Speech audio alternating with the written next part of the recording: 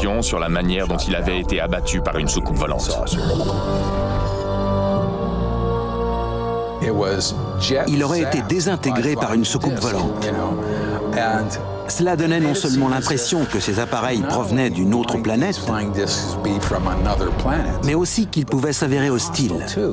Il s'en était trop approché et il l'avait abattu. Les pouvoirs publics ont supposé que Mantle suivait la planète Vénus.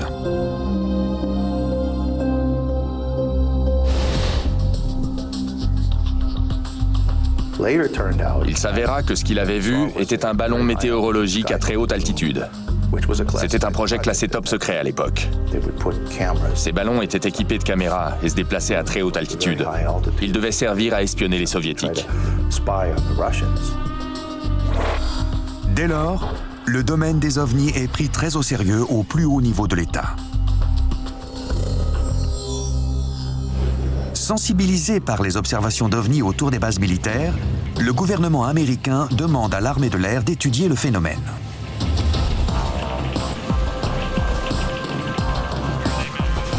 Baptisé Projet Sign dans un premier temps, l'opération sera finalement appelée Projet Blue Book. Les actualités montrent des enquêteurs qui interrogent les témoins oculaires. Plusieurs cas examinés dans le cadre du projet Blue Book deviendront célèbres grâce à leurs photos.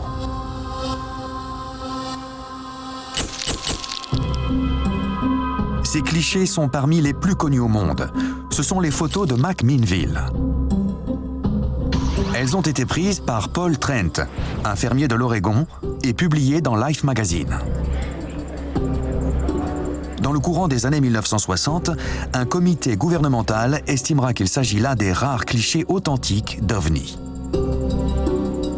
Aujourd'hui, ces photos continuent d'être analysées et sont encore sujets à controverse.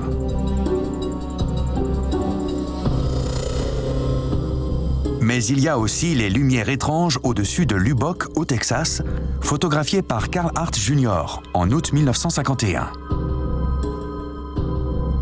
Les clichés font suite à des observations et des détections radar. Ils seront également publiés dans Life Magazine. À partir de 1952, le battage autour des ovnis retombe. Les observations se raréfient et la couverture médiatique s'essouffle.